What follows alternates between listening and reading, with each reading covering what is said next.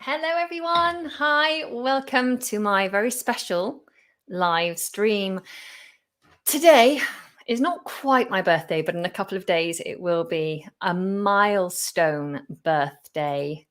A milestone birthday is a birthday that hits a milestone. For example, when you turn 10, when you're first in double figures, and then when you hit 16 in this country is a milestone because you're then officially, in some regards, an adult because you can have a driving license at 16. And then another milestone is 18 because then you have permission to do many other things. And then 21 is the next milestone. You could say 30 is a milestone birthday, but 40, middle-aged, is a milestone birthday for many. And then I guess every 10 years after that, if you reach it, is a good thing. It's a milestone birthday. So do I have many 40-year-olds or 40 plus people watching today? Hopefully not just me. Hi everyone, thank you for joining me. Lovely to see you all here. Nishanta, hi. Ahmed, Maria, Silvio, Manish, Ray, hi. Honza, lots of you being very kind as well, wishing me a happy birthday. So thank you very much. And we have a new member as well. Lovely, Louis, hello. Just scrolling back through your messages. Vivian, hi. Lisa, hello everyone, lovely. Thank you for joining. So today is going to be a bit of a mishmash live lesson. I'm going to do a few things to be in the spirit of being happy, because birthdays should be happy occasions, times to celebrate. Sometimes they're not always happy. Sometimes we find ourselves in situations where we can't spend our birthdays with people we love and care about. But today I am happy to be here and very happy to be turning 40. So we're going to be covering lots of happy things. The first thing I want to talk about are things that I've learnt in my 40 years of life.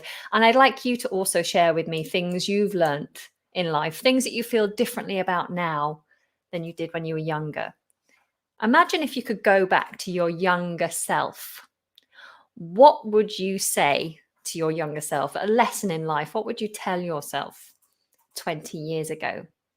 Good advice for life. So here are my little titbits, my little pieces of advice.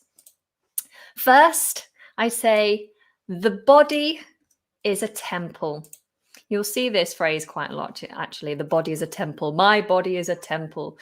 It comes from a famous quote. I'm just going to share it with you here. The body is a temple. And so you should treat it as such.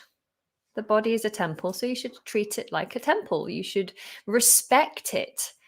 And by that I mean, don't push it. Don't skip sleep. Like, make sleep a priority. Don't neglect your hydration. In fact, I'm terrible at keeping hydrated. I don't drink nearly enough water. And be mindful of what you eat, what you put into your body, I think is really, really important. Oh, bless you. Just had a super chat. Thank you so much. You say, hi, Anna, warmest wishes for a very happy birthday. That's very, very kind of you. I hope all is well with you. Thank you. So treat the body like it's a temple. Look after it. Especially now at my age, I definitely feel it when my diet isn't as good, or when I skip sleep, which happens sometimes without me meaning to because of having young children, or when I don't drink enough water. I'm very aware of it, and I can't recover as much as I used to. So treat the body as a temple. Another big one for me that I've learned is to respect yourself and respect your time. Now, for me, this is a big one because I have very little time. Very, very busy. Obviously, we have our courses now. So we have a big ELAN community to look after, lots of courses that we're building and running, lots and lots of students, as well as all the things I do on social and here on YouTube and Facebook. And so I don't have much time. And so I have to be very choosy and very careful with how I spend my time. And I find that if I don't respect my own time and myself, then nobody else does. So lots of people want your time. Lots of people will not respect your time. But if you do, then they will. Okay? I don't know if that really translates very well, but that's what I've learned is if I respect my time and I respect myself, then other people do too. Okay. What else? So here's one when we're talking about matters of the heart. So moving on to love. This is one that I've learned. Love is a choice, a commitment. Lots of people say that you can't help who you fall in love with, and to a certain extent, I agree. You can't help who you are attracted to. You can't be attracted to someone if you're really not. You can't make that happen. But as long as there's that initial attraction, then I think love, actual love, not lust, not romance. I think love is a choice that you make, and you can decide to commit to someone. You can decide to really make a relationship work or not. I found in previous relationships that if I just decide actually this person isn't right for me, then suddenly all those feelings I thought I had were gone.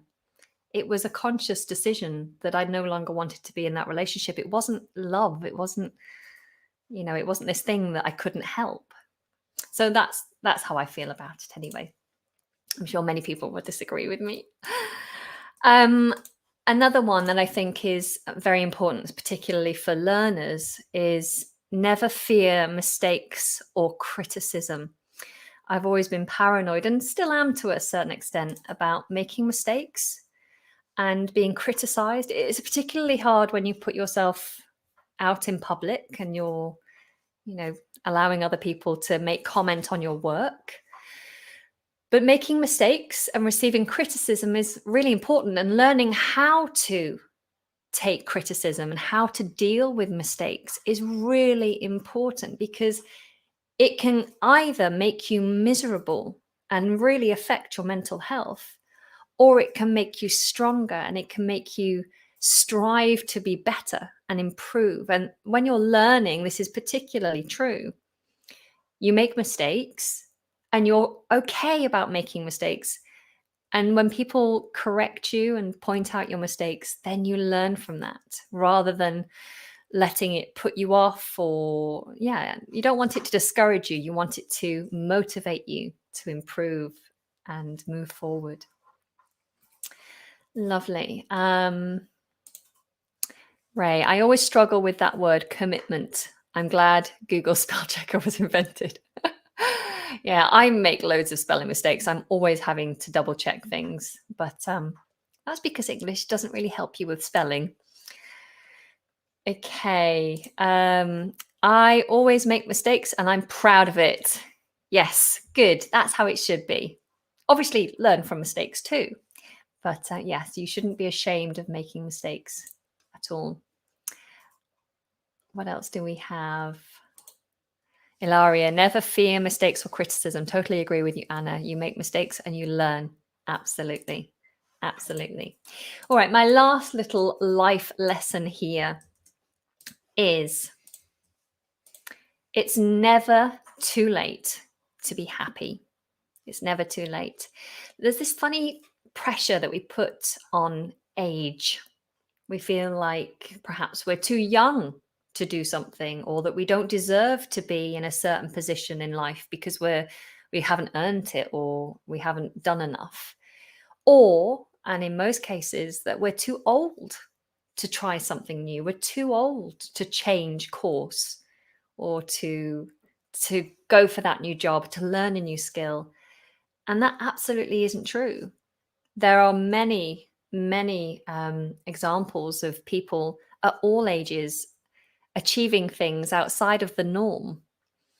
People in their 80s and 90s picking up brand new skills, and very young people achieving fantastic, phenomenal things that people would think is not typical, not usual.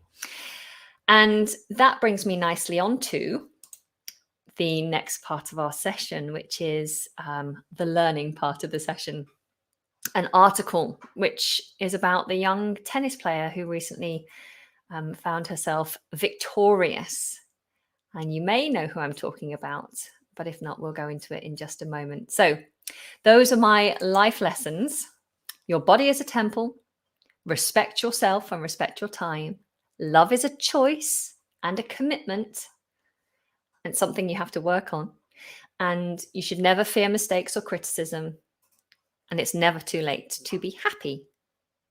Okay, so the next section that I'm going to come on to now, is it your 40th birthday? It will be next week. It will be next week. Oh, I can't believe it. Where have those years gone? Okay, so we'll talk about birthday traditions towards the end of the session, but now I want to talk about a young woman who recently has been all over the news, a young tennis player who's done fantastically well. And before I go into the actual article, I'm going to give you some vocabulary that you're going to need for understanding the article. We're going to do it at a C1 level, so some things might be quite advanced for you. Don't worry if you find anything confusing. Just ask the question and hopefully I'll see the question and be able to help you. Okay, so let me see. Can I make this any bigger? There we go. So those were the life lessons. And here is the vocabulary list. So vocabulary you'll need to know. To terminate. Let me bring my face back here for you. Hi. So to terminate means to end. Terminate's a word that you'll see used in employment. If you're going to end someone's contract, perhaps they have not conducted themselves very well at work. Some bad behavior has been going on. Maybe breaking the rules, turning up without uniform, being rude to a customer, or stealing money from the till. So anything like that would see your contract terminated. So to terminate is to end something. And then we have the word defeat. Now, we often use the word defeat when if you win against someone, you defeat them. So if you win in a battle, the other person has been defeated, you defeat them. Or if you win in a competition, then you have defeated your opponent. Your opponent is the person you're competing against. So we're going to talk about tennis. If I'm playing tennis with somebody else, let's say I'm playing with my partner, Nick. Nick is my opponent. We're battling, we're competing in a competition against each other. So I hopefully will defeat him, defeat my opponent. Okay, the next one is similar to opponent, and it's the word rival. Rival. A rival in terms of a person. So a noun, a rival is a person, or it could be a group, a team, a person competing with others for the same thing. So we're going for the same thing. So in this case, perhaps we're trying to win a tennis tournament. So they are my opponent, I'm going against them, but they're also my rival. We're both competing for the same thing. You might have a rival in love. So you might be both going for the same guy or girl. Hi, Darren. I hope you're well. This is a friend of mine who's got a fantastic YouTube channel called Improve Your Voice. Thanks for joining us. And thank you very much for the birthday wishes. I hope you're good.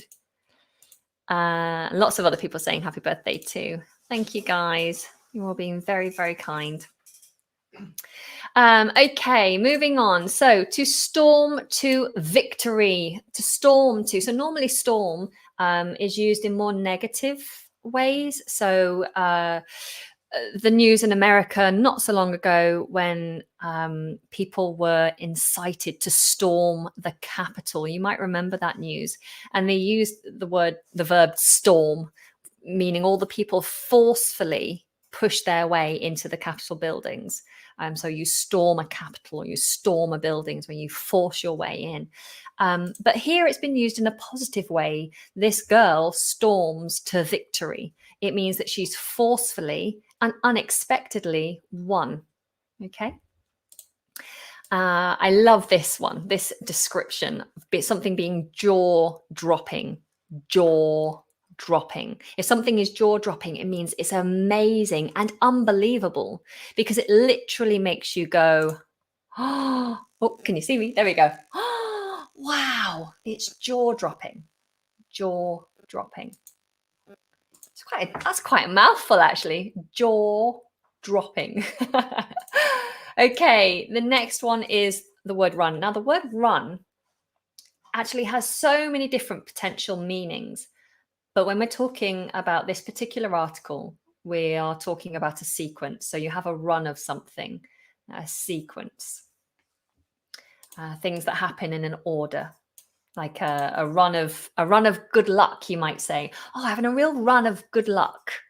And that would mean that a number of lucky things have happened. So maybe on Monday, I won £10 on the lottery, and on Tuesday, I ran into an old friend by chance, and she gave me a gift or something like that. And then on Wednesday, I got a new job, and then on Thursday, I had some good news about a health concern. So then you could say, well, Anna's had a real run of good luck this week, a sequence of good luck. Okay, the word drop. When talking about sequences, if you drop something, then you lose something. So in a tennis tournament, you're playing a number of games, and in each tennis game, there are a number of sets. If you lose one, then you drop one. So she dropped one set, but won the overall match, I think you can say. Okay, any comments on anything I've mentioned so far? Let me see if I can see anything. Oh, Mahmood, you're such a flatterer. Thank you so much.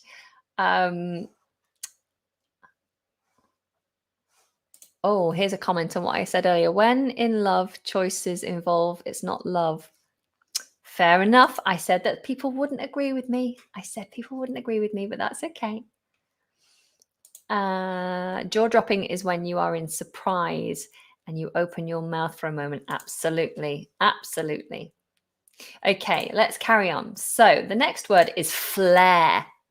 Now, if you have flair, it means you have a natural ability to do something well. He's got a real flair for the piano, or she's got a real flair for baking. So it means you're naturally very good at something. Okay. So here's a saying: you could win clear sets, or a clear win means to achieve something by a large margin, so leaving no room for doubt. So if you say, oh, it was a clear win, then let's say if it's a football match, it wasn't, let's say there was loads of goals. Let's say it was 5-6. That's not a clear win. That's very close. But if it was like 5-0, then that's a clear win. So it's with a big margin. It's undoubtedly you have a winner, someone who's definitely better than the other person. Okay, and clear sets is particularly for tennis. To fling oneself, I've done it in the past tense here. There's the present tense. To fling oneself to the ground. If you fling yourself to the ground, it means you throw yourself dramatically down. So it's about being dramatic.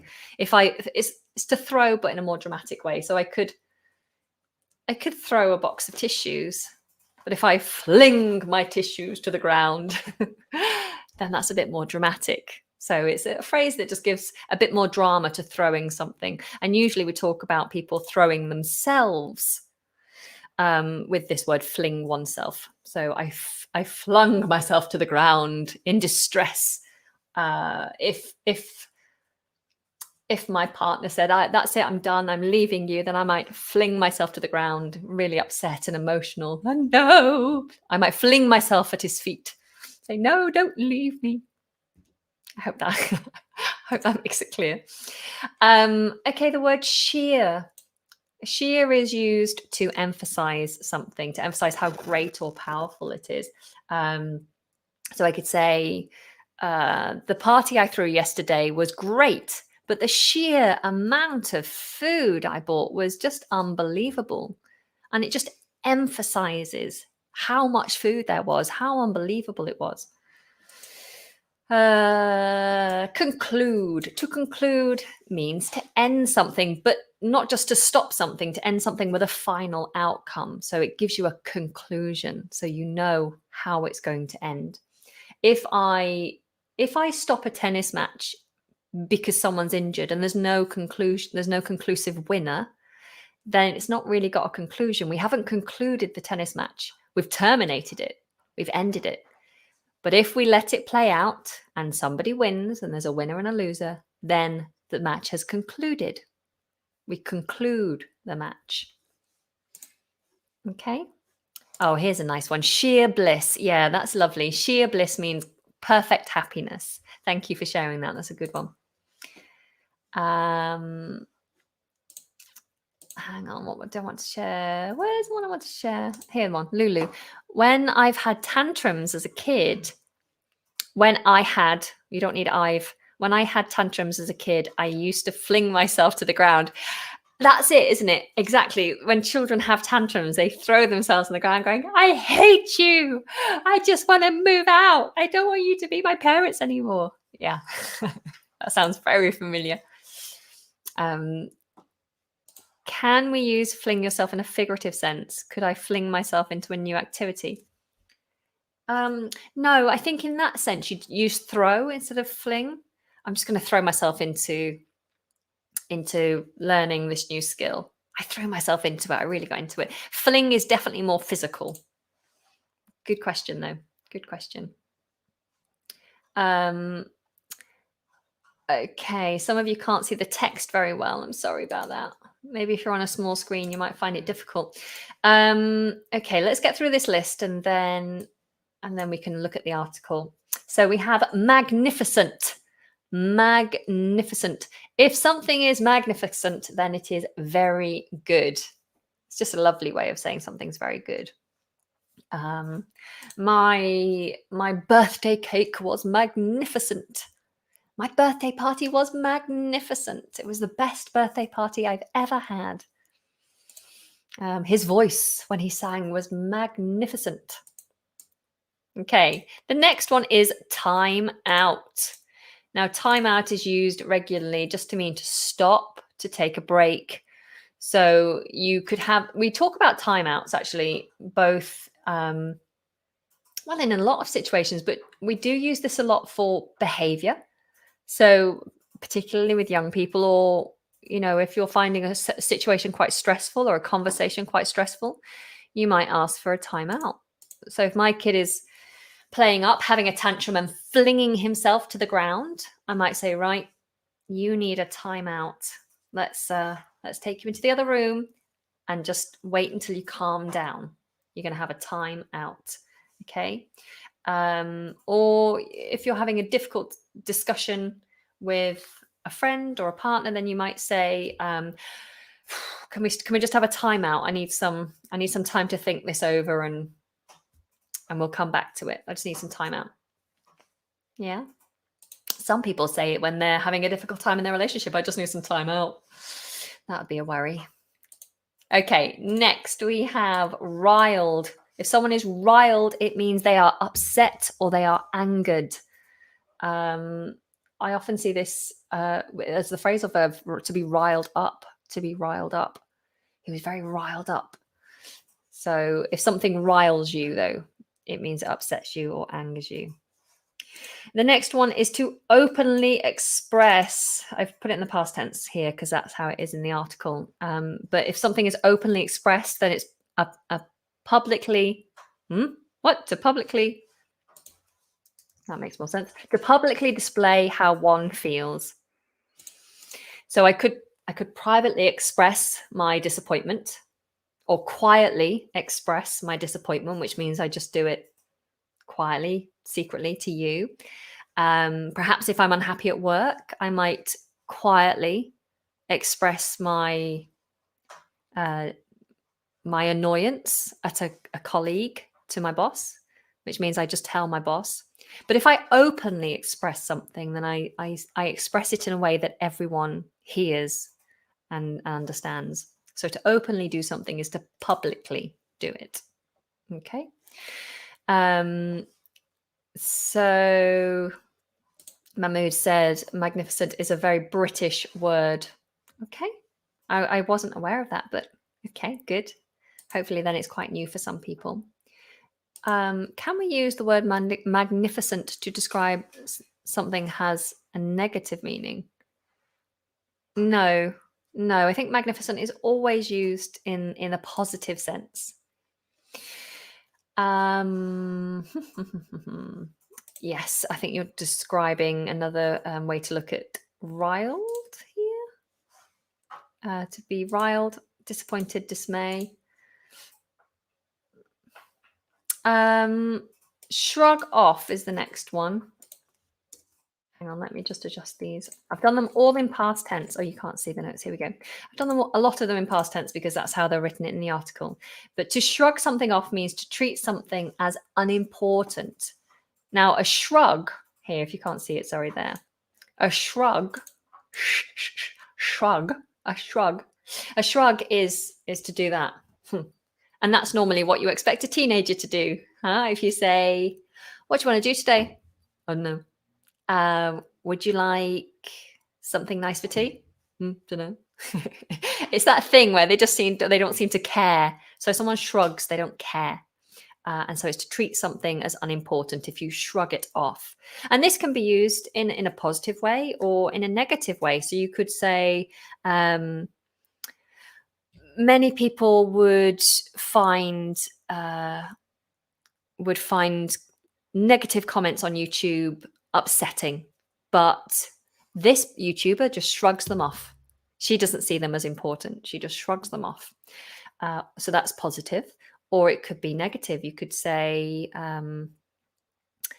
I told my partner I didn't love them anymore, and he just shrugged it off like he didn't care, for example. That wouldn't be very good, would it? Okay. Oh, thank you very much. I keep trying to pull up comments and then they move. My brother often shrugs at things. Yeah. Is he a teenager? Okay. Oh, yes. Yes. To shrug off, to dismiss. Could we... Oh, sorry, the comments are moving. Could we use take no notice as a synonym of shrug off? Yes. Yeah, so you could say,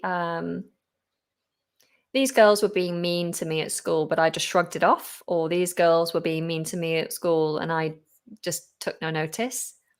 I didn't pay attention to them. Yeah, you can use it in that way.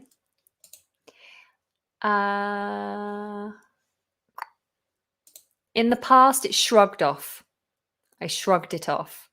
So the girls were being mean to me, but I just shrugged it off. As a teenager, it would have really bothered me, but these days... But yeah, if you say last week someone was mean to me, but I just shrugged it off. As a teenager, it would have bothered me, but not now. Okay. Okay, so no, your brother is not a teenager. He's in his 40s, but he has a laid-back attitude to things. You have an attitude to something, not at. Okay. Okay, so next on the list is the word clamber. So clamber is similar to climb. It's kind of like to clamber up. It's kind of like not as steep as a climb. So you'd climb the stairs. That's not climbing like a vertical rock face. Can you use clamber on a vertical? Clambered up the mountain. I think about it on all fours. Bit of an incline to clamber. The next one is victor. If someone is the victor, then they are the winner. So she is the victor. She won the competition. She beat her opponent. She defeated her opponent. The next one is one I love, and it's the word euphoric. Euphoric. Euphoric. If you are euphoric, then you are overwhelmed with excitement and happiness. You're euphoric, like really like it's big emotion. Big emotion. Euphoric. We're nearly at the end of the list. And the next word is relocate. To relocate means to move to a new location permanently. So we relocated our offices to France after Brexit. Or when I'm older, I'd like to relocate to Canada, you might say. Can I say my manager is a clamber? No. Do you mean climber? So no, you can't use it in that sense. Only climber. He's a climber if that's what he does. Not a clamber. I can't pronounce the word euphoric. So think about it like this. Think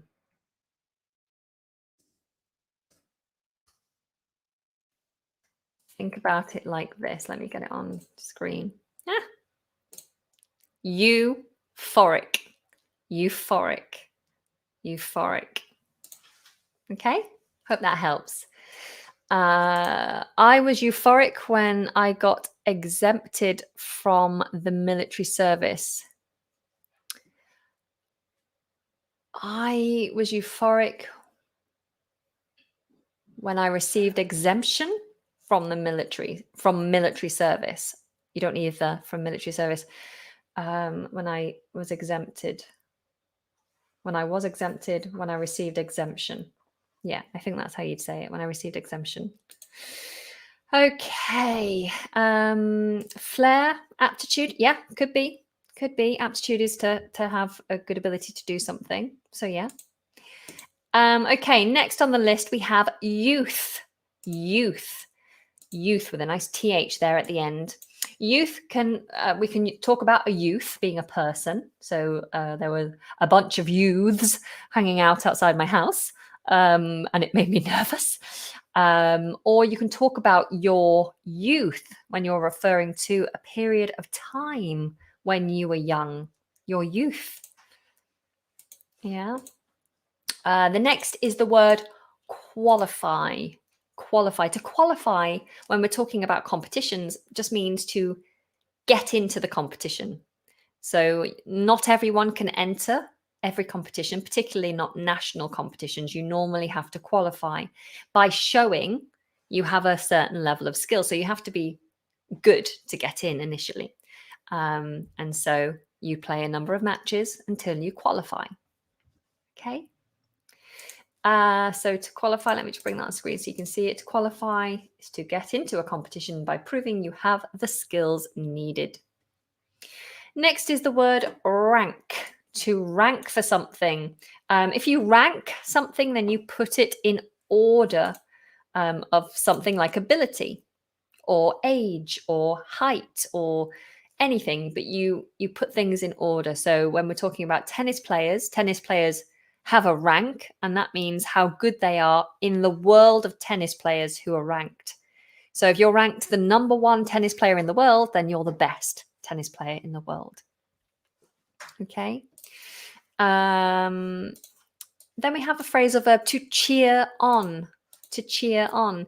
If you cheer someone on, it means you encourage them by clapping or cheering, yeah, or shouting, you're amazing, you can do it. So you cheer them on. You provide encouragement to help them to achieve what they're doing, what they're trying to achieve.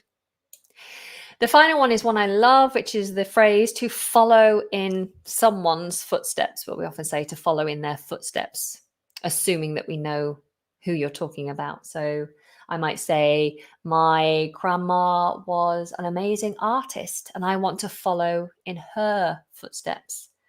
Or there have been many amazing tennis players who have come before me and I want to follow in their footsteps. So it means you want to do something that someone else has done previously. Let's have a look at these. To cheer up equals cheer on? No. Cheer up is different. If you cheer up or you try to cheer someone up, then it means to make them happy when they're feeling down. For example, if I was having a bad time in my life and today was my birthday and no one had remembered, I'd feel sad. And then you might decide to sing happy birthday to me to cheer me up. And that probably would cheer me up. Okay, so cheer on is, come on, Anna, you can win the race. To cheer up is, don't worry, you lost the race, but you ran really well. And I tell you what, I'm going to take you for dinner. And the dinner's on me. Will that cheer you up? Hopefully that helps. Children ought to be cheered on to study hard. I agree with the sentiment, but cheer on is often used mostly in kind of sporting activities. So it's something you physically do at the side, like you're watching them. So you cheer them on in rugby or in athletics if they're running or doing the javelin or the high jump. You might cheer on your football team if you're watching a football match. So it's literally like shouting when they're trying to achieve something to help to give them more adrenaline and motivation to work hard. We don't really cheer people on in terms of study because that's not something you watch them do. Does that make sense? You would encourage them, but you don't really cheer on studying, but the right sentiment. Okay, so without further ado, I'm going to move on to this article, which means I just need to switch my screen share because unfortunately I can't stop screen. I can't set up two screen shares at the exact same time. So let me just get this going now. And we're going to move over to Sensations English, which is a fantastic website. I'm sure if you've been following my videos for a while, you'll be familiar with them. And they every week provide 3 different articles, which 2 videos and 1 written article. And there's a whole back catalogue of articles as well. And they're provided at 5 different levels. So you can have it super easy or advanced. And yeah, the videos and the write-up and all the activities that they provide will be available at all those different levels. So what I tend to suggest people do is to do the articles at a lower level, a level they can really comprehend, and then do the articles at a higher level. So they already have the context and the understanding, and then you can try and improve and increase your vocabulary and improve your sentence structure. This one is a written article, so there's no video with this one, but there is an audio, and I'm going to play that for you because I want you to get used to hearing other voices too. This is a very clear audio. Hopefully you can hear this. I'm going to play it for you now, and then you can have a listen. Teen tennis player tastes victory. Can you hear 20th of September, 2021. 18-year-old British tennis star Emma Raducanu has finally terminated the country's 44-year-long wait for a women's Grand Slam title by defeating opponent Leylah Fernandez of Canada in the US Open. The young sportswoman stormed to victory in New York through a jaw-droppingly impressive run in which she did not drop a single set. Her final match was also won with impressive flair, beating her rival in 2 clear sets, 6-4, 6-3. Raducanu flung herself to the ground in sheer relief after firing an ace to conclude what has been the most magnificent 3-week adventure. She served for the match at 5-3, but cut her leg as she went breakpoint down, and this led to a medical timeout, which clearly riled Fernandez, who openly expressed her irritation to the match official. However, Raducanu shrugged off the delay, saving a further break point before closing out her 3rd championship point. After the 2 teenagers had shared a hug, the victor clambered up the stands of the Arthur Ashe Stadium to embrace her euphoric team members. Born in Canada, Raducanu relocated to Britain with her Chinese mother and Romanian father as a toddler. She spent her youth in London and first picked up a tennis racket aged 5. But 2 years later, she was already taking part in local and regional tennis events in southern England. Raducanu has made history by being the first ever player to win a Grand Slam after entering the competition through qualifying rounds. Players ranked 104 and above are automatically entered, but she was only ranked 150. It is the first time in 44 years that a British woman has won one of the major tennis tournaments, and Raducanu was cheered on by an emotional Virginia Wade, the previous record holder, who walked away with a Grand Slam trophy at Wimbledon in 1977. It means so much to have Virginia Wade here, and also Tim Henman, Raducanu said in her on-court speech. They are British icons, and for me to follow in their footsteps gave me the belief I could do it. Brilliant. Good. Okay. How was that? Were you able to understand it now that you've got the understanding of those individual words we went through? Let me know. And then what I'm going to do is just remove the screen share for that and then go back to the notes that I made and we'll go through it together briefly. Okay, so yeah, here's a good one. A timeout is what I covered earlier. Equals a hiatus. Yes, hiatus is a great word. I love that word. Okay, so we said 18-year-old British star Emma Raducanu has finally terminated the country's 44-year-long wait for a women's Grand Slam title by defeating opponent Leylah Fernandez of Canada in the US Open. Okay, that's a very long sentence. So let's just quickly break this down. Emma Raducanu has terminated, she's ended the long wait for a women's Grand Slam title.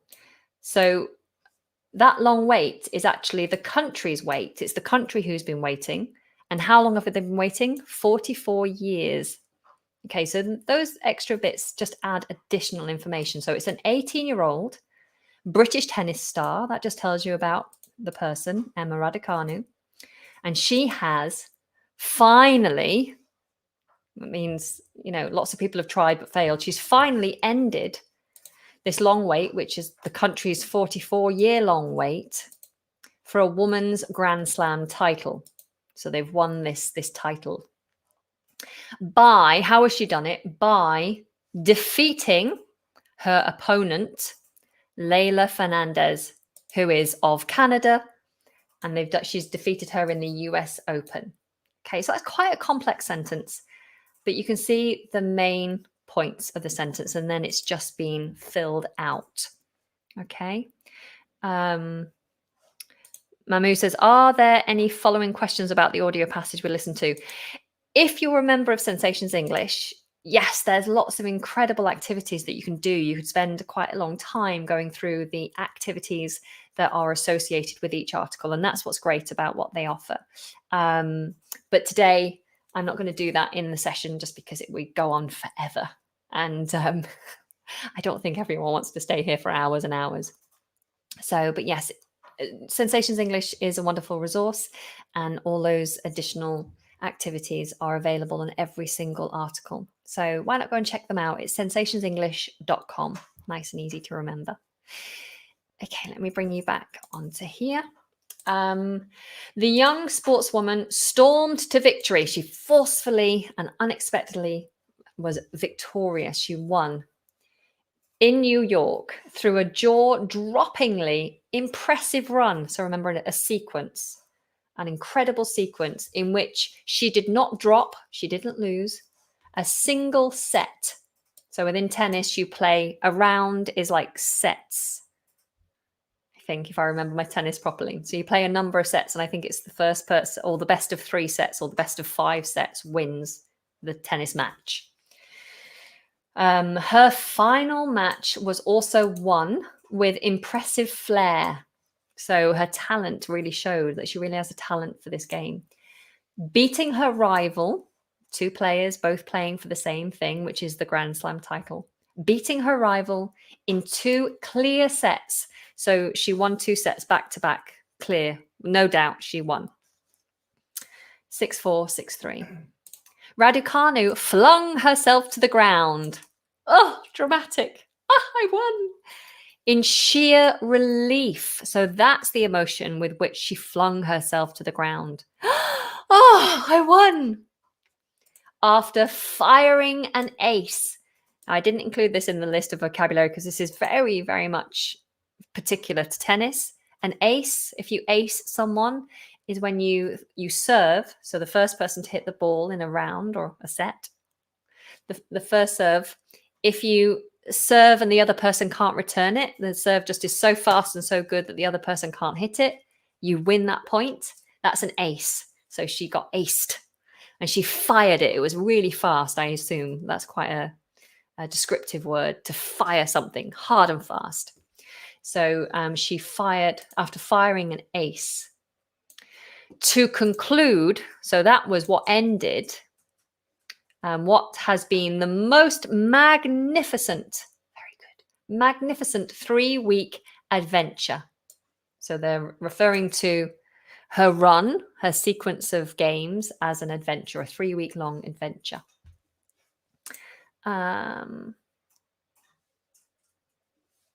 Okay, any questions on what we're doing so far? No. Good. Okay. She served for the match at 5-3, but cut her leg as she went to break point. Went to break point down. Now, these are very particular tennis terms, which I'm not sure I fully understand, so I won't explain them. But if you're a tennis fanatic, then you'll understand them.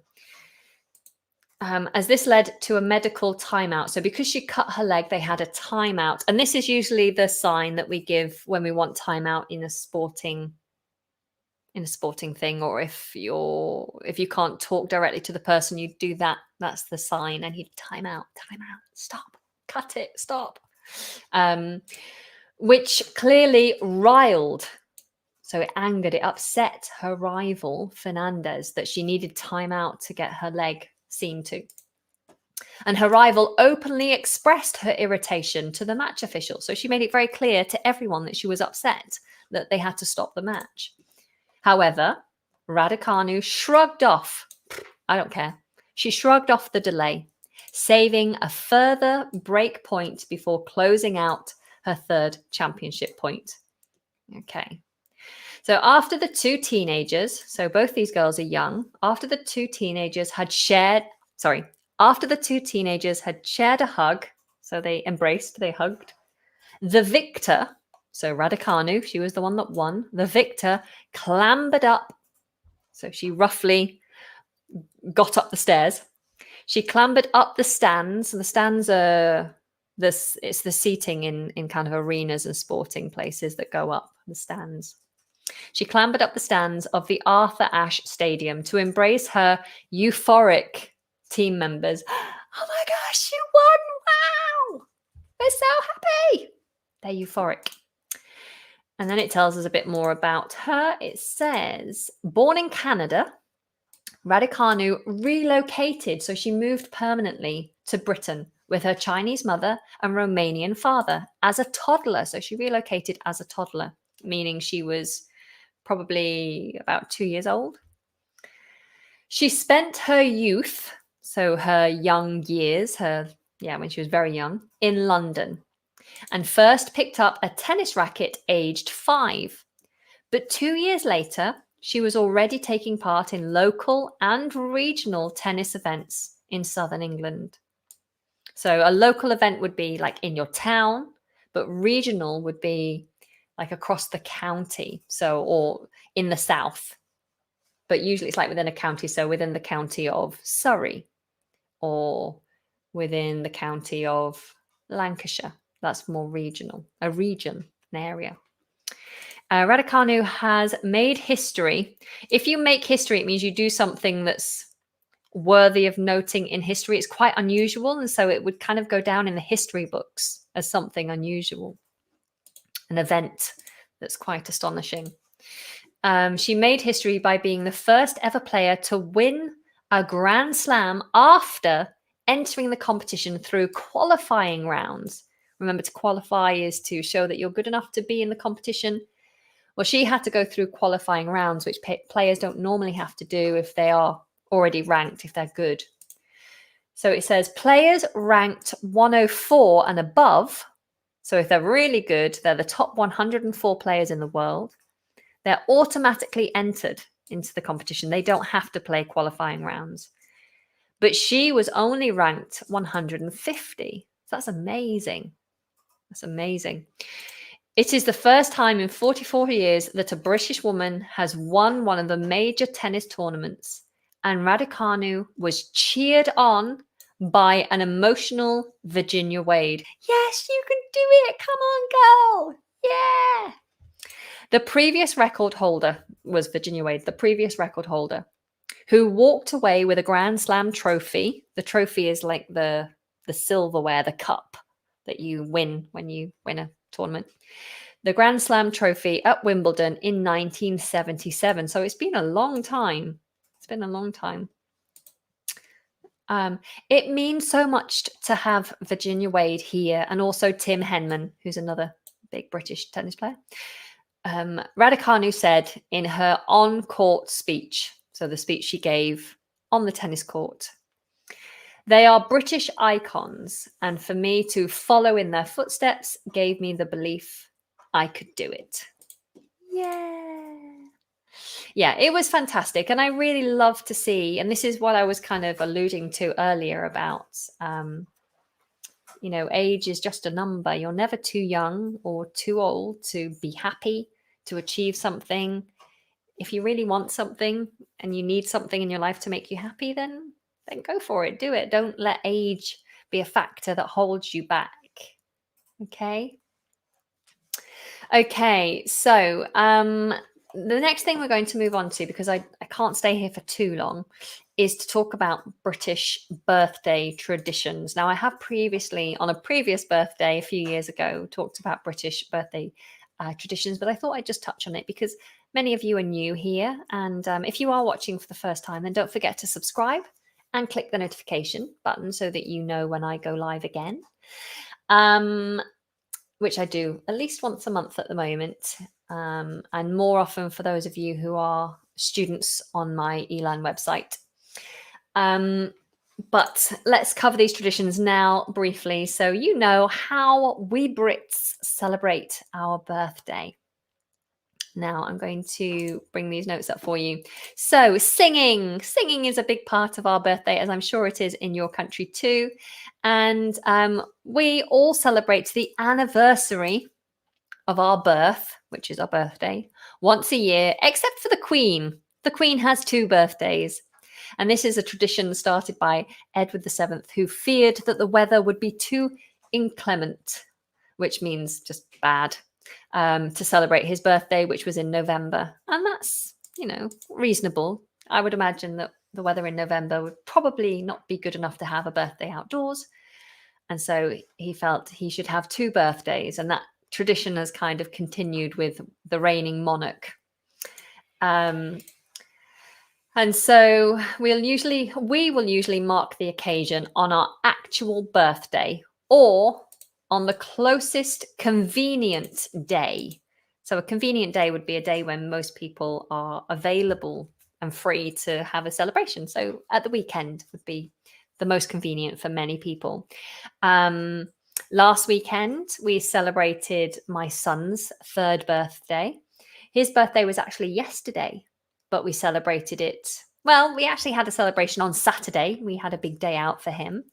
And then we had a little party yesterday for him as well. So he had 2 birthdays like the Queen, but we marked it mainly on the Saturday for him because he was available and we were available to really focus on him.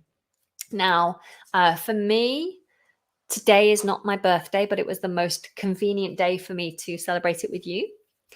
And on my actual birthday, I will be celebrating. So my actual birthday is convenient for me this year. Okay, so what do you normally do? Will you only celebrate it on your actual day and just make space? Or will you do the same? Will you kind of find the nearest weekend to celebrate? You tell me.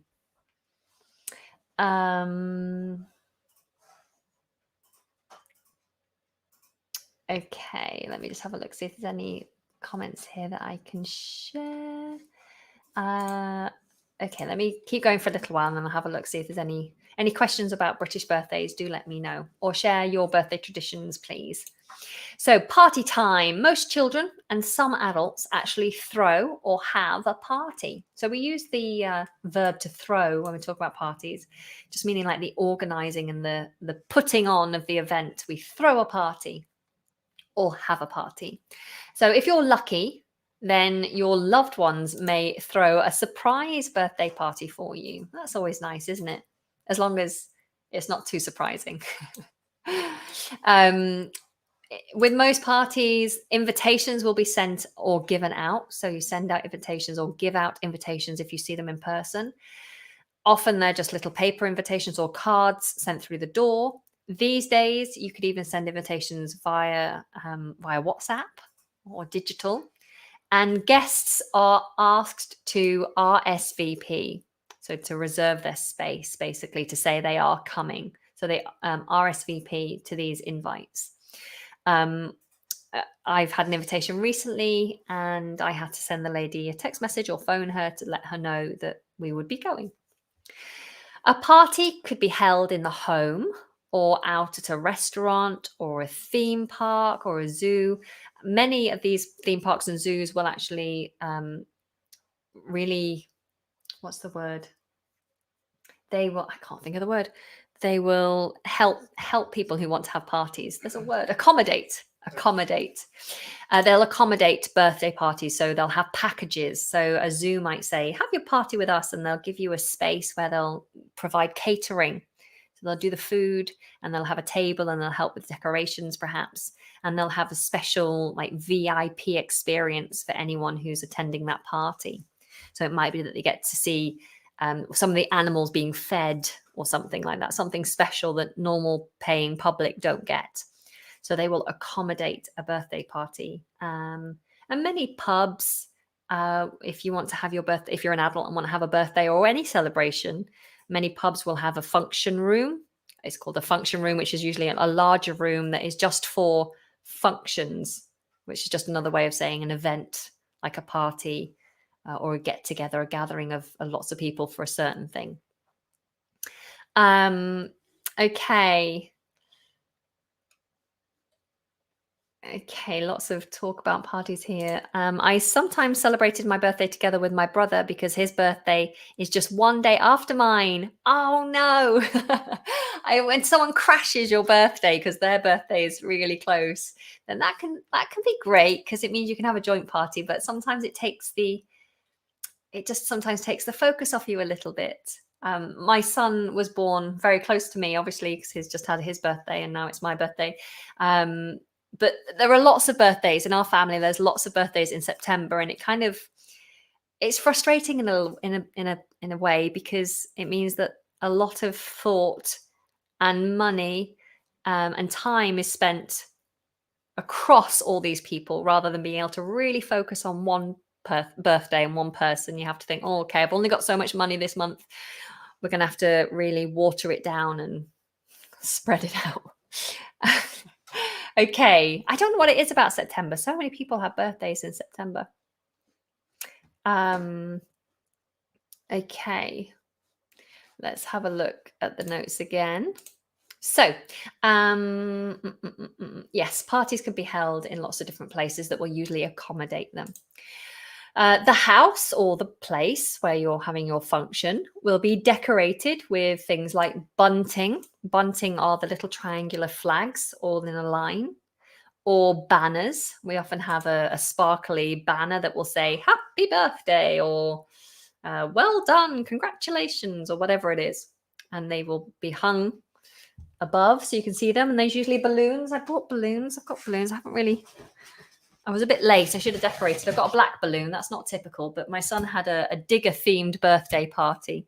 So we had orange, yellow and black were the colors that we had for his birthday. Useful. And yeah, so the balloons are a big thing. Often balloons are filled with helium. Is it helium that makes them go up? Yeah, helium.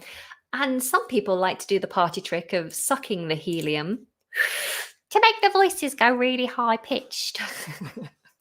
I'm not sure how good it is for you to suck loads of helium, but it is funny to hear people like singing things when they've got a high pitch with "Happy birthday to you." It's quite funny. So helium balloons. What else?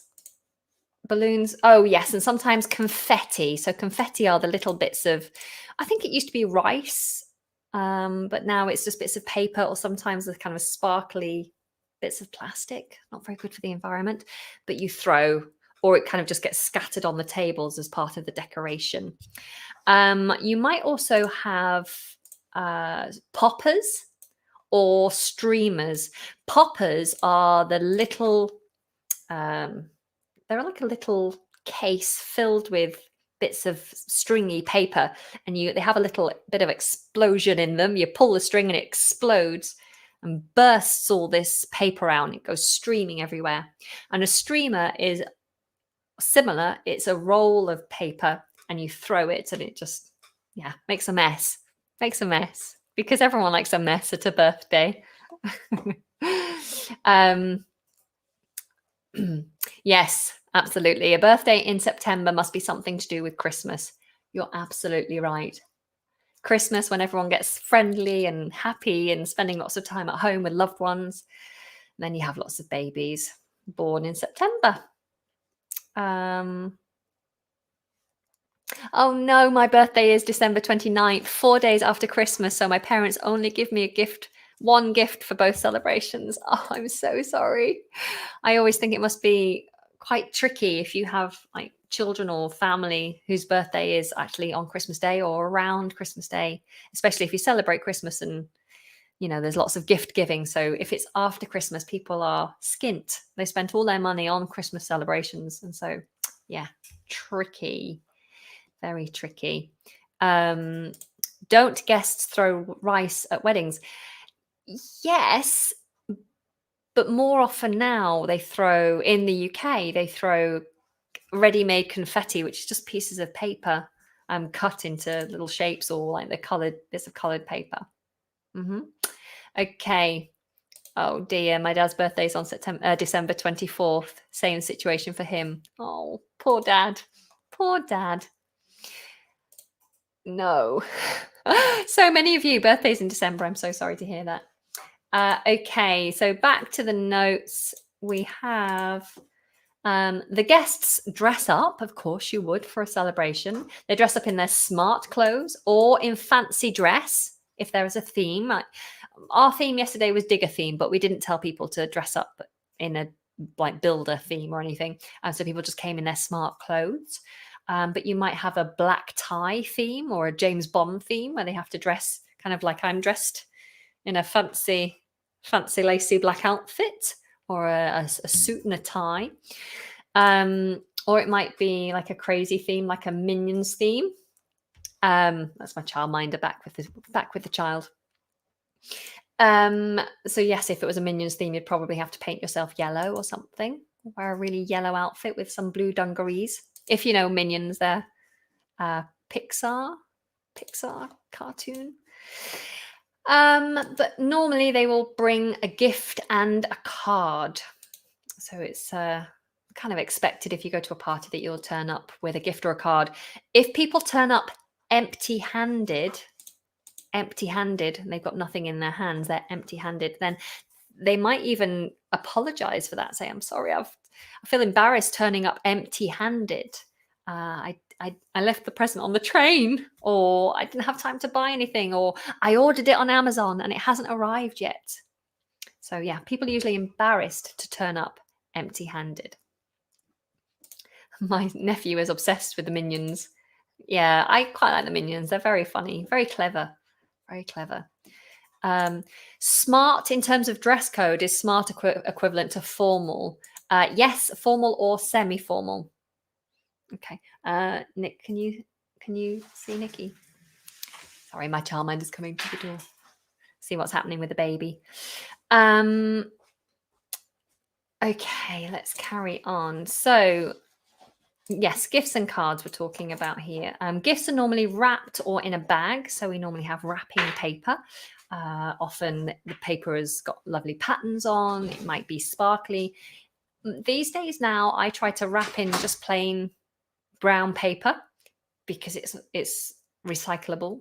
Or I will recycle old paper. If I've managed to unwrap presents very carefully, I'll reuse the paper to be kind to the environment and reduce my waste. Or I'll use bags. I'll always reuse gift bags, save them for another time. And in the future, I'd quite like to start wrapping presents in cloth to be even more environmentally friendly. But it takes a lot of organization. I'm not very organized. I always forget where I've left things and where I've hidden things around the house. So then we talk about cards. I've got some lovely cards here in the background. So card giving is very popular in the UK. Some cards even have a badge for the receiver to wear. If you cannot attend a birthday celebration, then you'd normally post the card in advance so that your loved one or your friend knows that you haven't forgotten their birthday. And yeah, it's nice to get cards. It's very nice to get cards. Although I'm wondering at what age do people start sending you old people cards? So old people cards are cards that are just really quite plain, like just flowers or something very bland. I quite like funny cards and interesting cards. And I always feel sorry for like when you're a bit older, the old people cards are really, really dull. It's like old people aren't dull.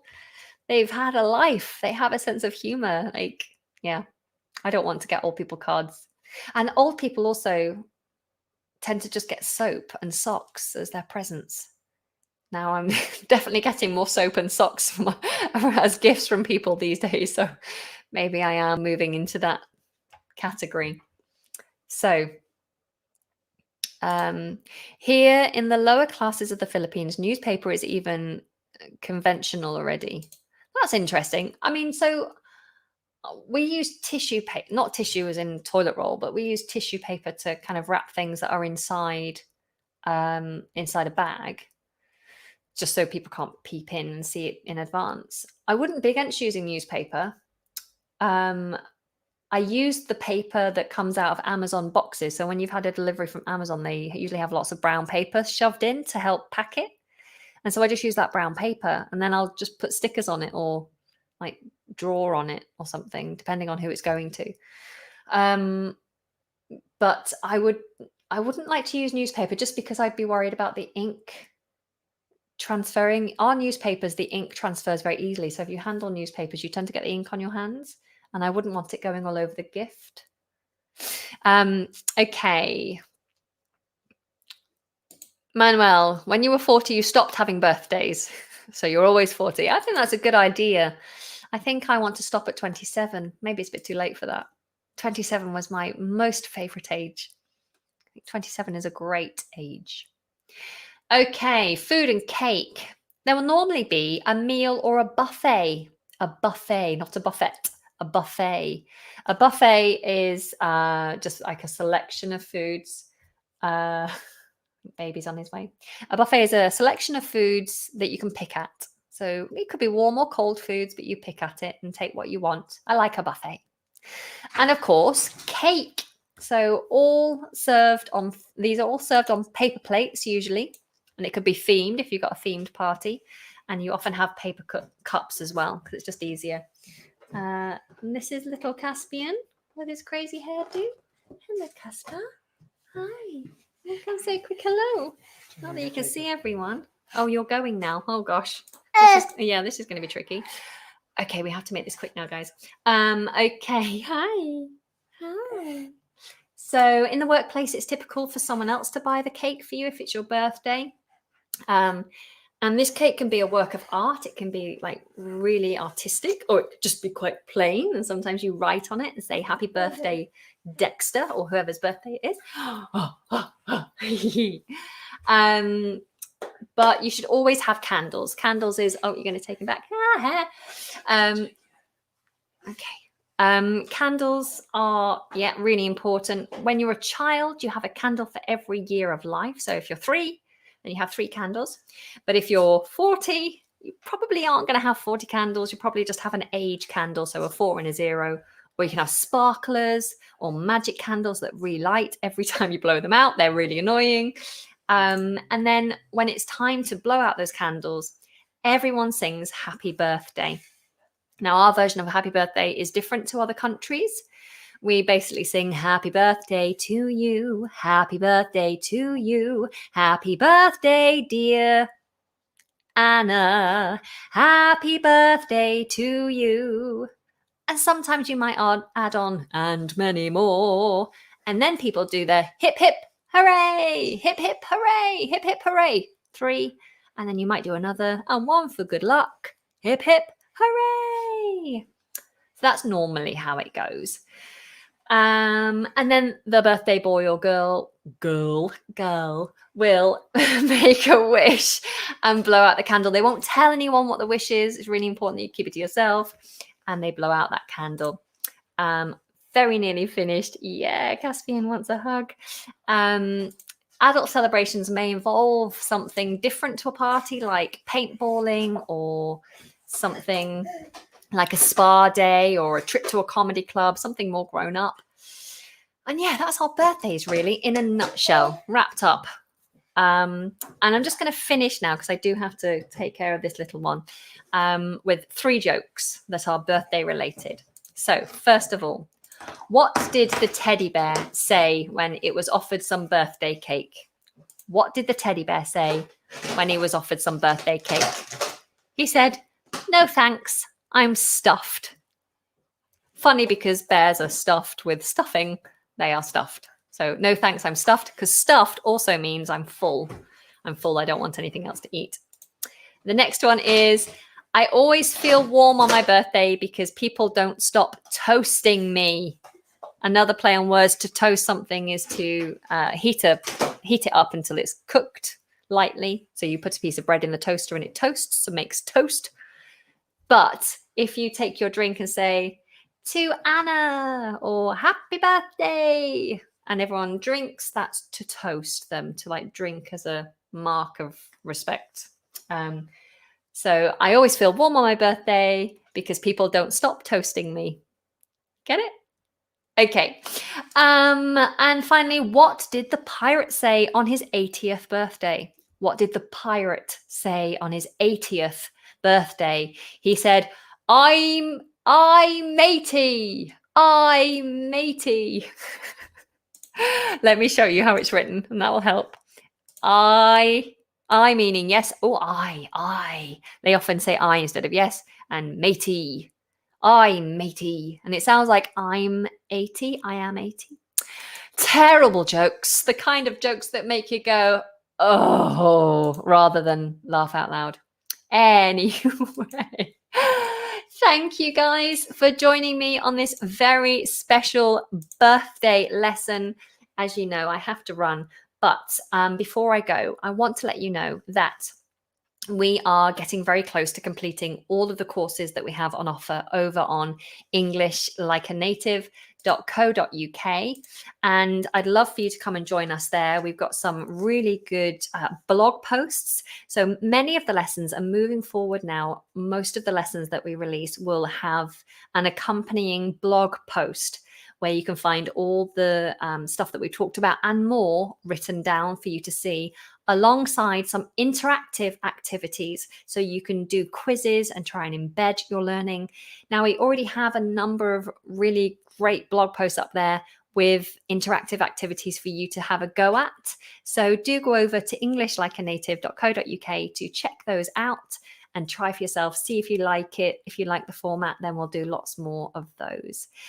I hope you all have a wonderful day, week, month, and when it's your birthday, I wish you a very happy birthday.